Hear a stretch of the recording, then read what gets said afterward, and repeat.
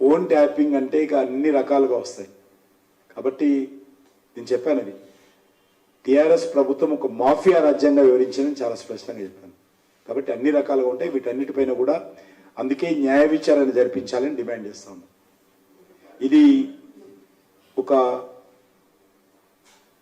వ్యక్తికి సంబంధించినటువంటి ప్రజాస్వామ్య స్వేచ్ఛ ఏదైతే ఉంటుందో ఆ స్వేచ్ఛకు భంగం కలిగించే విధంగా ఒక రాజకీయపరమైనటువంటి దృష్టికోణంలోనే కాకుండా ఒక అవినీతిపరమైనటువంటి దృష్టికోణంతో మరి ఇందులో ఇమిడి ఉన్నది. కాబట్టి దీన్ని ఖచ్చితంగా న్యాయ విచారణ జరిపితేనే ఈ కేసుకు సంబంధించినటువంటి విషయంలో నిజానిజాలు బయటకు వస్తాయి.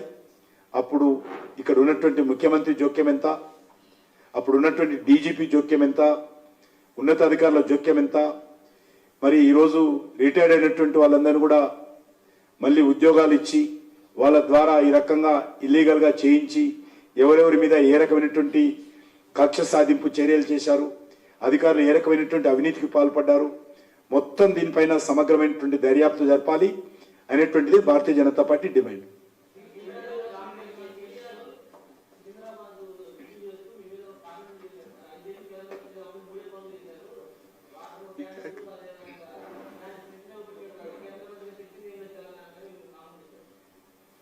పనికిరానోళ్ళు మాట్లాడితే జవాబు చెప్పాల్సిన అవసరం లేదు.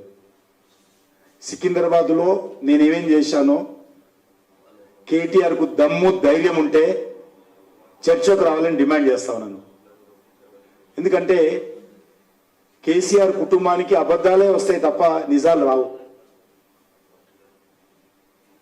మేము కేసీఆర్నే ఓడించాము ఒక దగ్గర, కామారెడ్డిలో, అది గుర్తుపెట్టుకోలేదు. ముఖ్యమంత్రి ఉన్నటువంటి కేసీఆర్నే భారతీయ జనతా పార్టీ ఓడించింది.